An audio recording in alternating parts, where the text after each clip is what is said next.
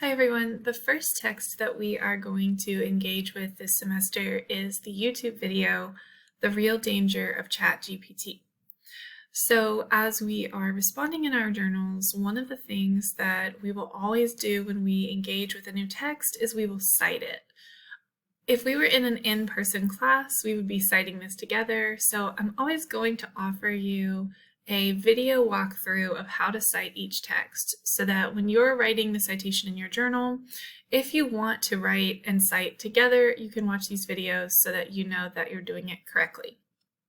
Okay, so there's two things that you're going to need in order to cite this YouTube video. First, you're going to need the page open in a browser window so that you have all of the page details to look at. And the next thing that you're going to need is the template. Now, for our class, the best place to look is in our course textbook, and the template for citing an online video in MLA format, which is what we are going to use all semester long, is found on page 187. It's at the very bottom and then a little bit on the top of page 188.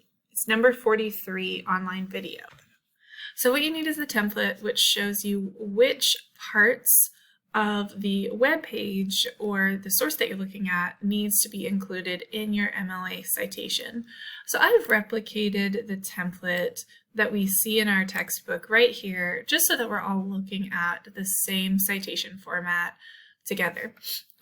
So what I like to do before I officially start citing is preview the template to see what I should be looking for on the page, and then I go and make sure that I can find that information. If I can't, I will either skip it, or maybe I should double check that the source I'm using is credible, because the more information you can't find, the less likely your source is going to be useful for you in terms of credibility. Okay, so I need to make sure that I can find the title of the video. I need to be able to make sure I know what website I'm on. I need to know who uploaded this video, when it was uploaded, and I need to be able to share the URL. So I'm just going to come back to this page. Here's the title. Here's the person who uploaded the video, or the account who uploaded the video.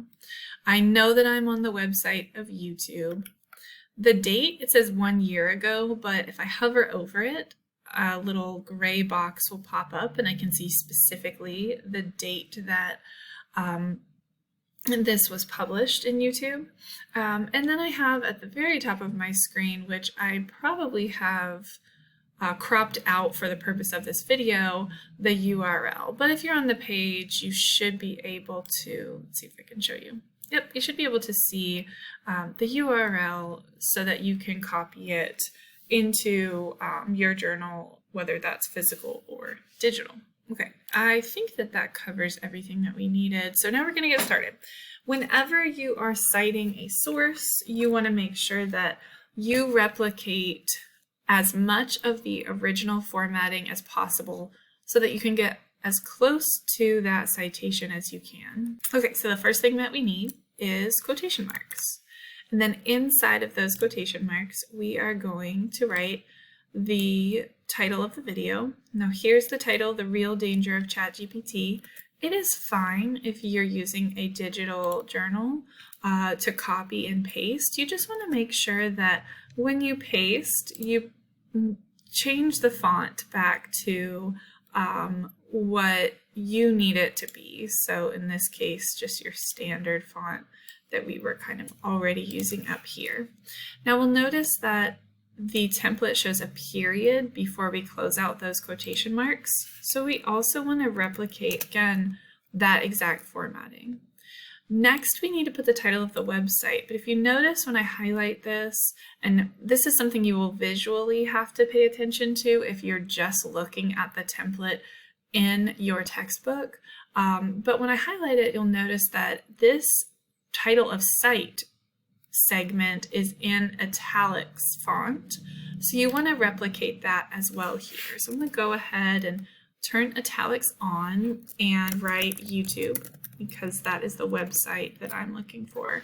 You'll notice that the rest of the citation template is not in italics, so I'm going to turn it back off and put the punctuation that is needed, which is a comma. Now I have to go back and check who is the account name that uploaded this video. So I'm going to go back over here and I can see that it's NerdWriter1. Nerd, the N is capital. In writer, the W is not, and then it's just the number 1. So I'm going to go replicate that. I'm going to check my punctuation. Every time, I really recommend every time after you type an element into your citation that you check what punctuation needs to come next. For us, it's a comma.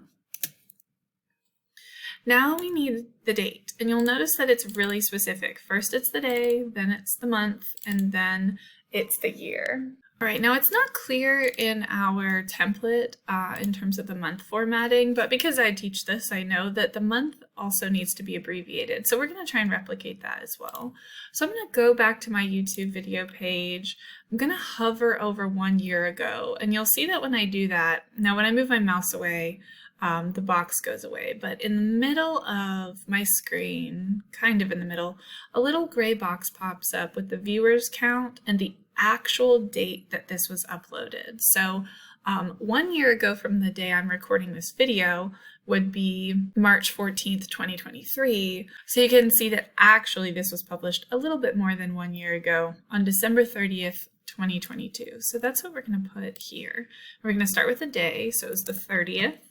And then we're going to put the month, but as we know, we can take a look at some other template examples. We're going to abbreviate the month with DEC period, and then the year 2022.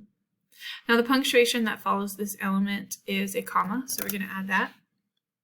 And then we're going to go grab the URL, and we're going to put it into our citation as well. Now, when you grab the URL and you add it, sometimes it will give you some options. It might turn blue, it might get underlined. You kind of want to remove that as much as you can so that it's just purely black font, no color, no underline. Some of the other times, especially if you're using Google Drive, it'll give you like an opportunity to turn a URL into some sort of like clickable button. You don't want to do that.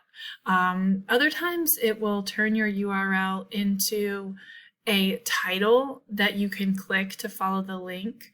But you also don't want to do that. And the reason for this is because if somebody had only a physical copy of your citation and they had the title but not the URL, or they had some cute little button, those are all really helpful in digital versions, but they're not helpful in hard copy physical versions. So it's best to leave your URL as all of the coded link content that you see here, because your URL needs to remain literally a URL, not a linked phrase or something like that. So once you've done this, now you have created the citation for this online video and text number 1, and you are all finished with your next journal entry.